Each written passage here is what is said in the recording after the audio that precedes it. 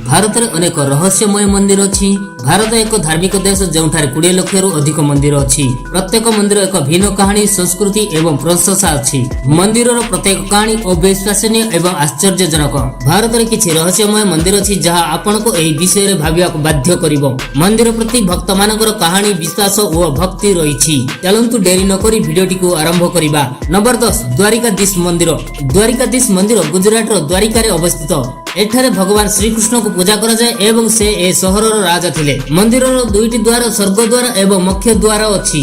मंदिर को जावा पई प्राय 56टी सीढ़ी अच्छी एवं स्वर्ग द्वार प्रवेश एवं मुख्य द्वार प्रस्थान करा जाए। एही मूल नगरटी भगवान कृष्ण को द्वारा निर्मित होइतिला, जहाँ कृष्ण स्वर्ग को जीवा पर समुद्र रे बुड़ी जाइथिला। एही मंदिर चारि धाम रु गोटिए। द्वारिका रे देखिबा पई अनेक मंदिर एवं स्थान अच्छी जहाँ केवल रहस्यमय। नंबर 9 ईडन माता मंदिर। ईडन माता मंदिर राजस्थान रो उदयपुर निकट रे अवस्थित। एही मंदिर को प्रसिद्ध मंदिर मध्य गोटे कह जाए। विश्वास करा जाए जे ईडन माता अग्नि स्नान करती।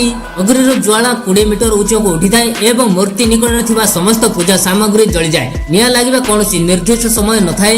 यह मासर 2 किंबा 3 थर हुए किंतु स्थिर नुहे। एही मंदिर रे पक्षाघाती पीड़िता रोगी माने पूजा करने को आसंती एवं मंदिर को आसी आशीर्वाद नहीं सुस्थ हो जाती। नंबर 8 काल भैरवी मंदिर। काल भैरवी मंदिर होउची मध्य प्रदेश रो उज्जैनी रे अवस्थित एक मंदिर जेउठारे काल भैरवी को पूजा करा जाए। एही मंदिर शिप्रा नदी कूल अवस्थित। कह जाए जे काल भैरव पूजा करी आमे खराब कर्म एवं नकारात्मक शक्ति मुक्ति होई परिबा। काल भैरव भोग किंबा प्रसाद भाव में मद्यपान करा जाए। पंडित माने तांको सेवा करिबा समय काल भैरव को मद्यपान करांती। नंबर 7 कामाख्या मंदिर। कामाख्या मंदिर आसाम रो गुवाहाटी रो अवस्थित। एही मंदिर सती को 51 शक्तिपीठ मध्य गोटाए। देवी कामाख्या को ऋतुस्राव देवी मध्य कह जाए। मंदिर जो पहाड़ अवस्थित सेठारे सती को जनी पड़ी। कह जाए जे आषाढ़ मास देवी रक्तस्राव हुए से समय मंदिर 3 दिन बंद रही थाए। जो लोक मैंने कहती जे कामाख्या मंदिर निकट में ब्रह्मपुत्र नदी लाल हो जाए। यही मंदिर को जनी स्थान कह जाए। नंबर 5 शनि सिंहपुर मंदिर। शनि सिंहपुर मंदिर महाराष्ट्र एक ग्राम जोठारे भगवान शनि को पूजा करा जाए। कह जाए जे प्रबल वर्षा पर पनासनाला नदी कूल एक भारी पत्थर स्थापित होइथिला। जेतेबेले गाँ लोक से पत्थरटी को देखि एक बाड़ी रे फपाड़िया चेष्टा कले से पत्थर रक्त बाहरिबा लागिला। तापर से राति रे शनिदेव ग्राम मुखिया को स्वप्न राशि कहिले एहा मोर मूर्ति एवं तांको तांकरी मूर्ति को गाँ रे स्थापन करिबाकू। तांको मूर्ति ऊपर आश्रय न देवा पई एक शर्त देबाकू निर्देश देले। शनिदेव मध्ये कहिले जे एबे मु प्रत्येक विपद रे तुमको रक्षा करिबी। शनि सिंहपुर रे शनिदेवଙ୍କ प्रति लोकଙ୍କ विश्वास जगो कोनसी द्वार नै एवं कही ताला लगांती नहीं। नंबर 5 जलादेवी मंदिर। जलादेवी मंदिर भारत 51 शक्तिपीठ मध्य गोटिए, जहाँ हिमाचल प्रदेश रो कांगड़ा जिला रे अवस्थित। एही मंदिर पांडव मानक द्वारा निर्मित होइथिला। एही मंदिर आलोकर देवी को समर्पित।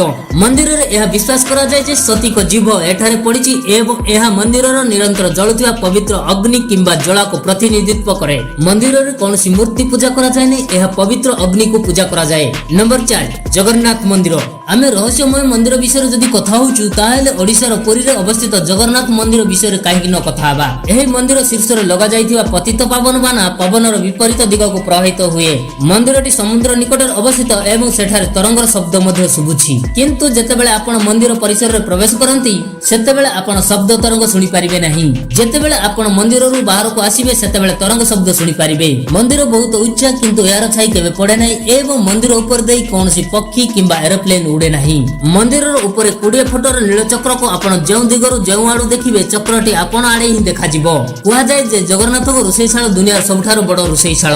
महाप्रसाद को रोषै करिबा पई गोटिए ऊपर गोटिए हांडी रखी महाप्रसाद को तैयार करा जाय। किंतु आश्चर्यर कथा हेउची एही महाप्रसाद रो ऊपर हांडीटी सर्वप्रथम तैयार होई जाय। एही महाप्रसाद केबे भी नियंट पड़े नाही।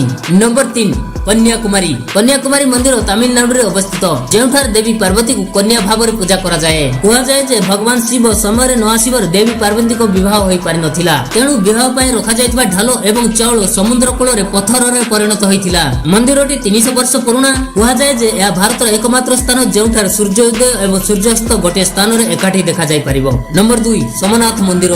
सोमनाथ मंदिर गुजरात रो भेराभल रे अवस्थित।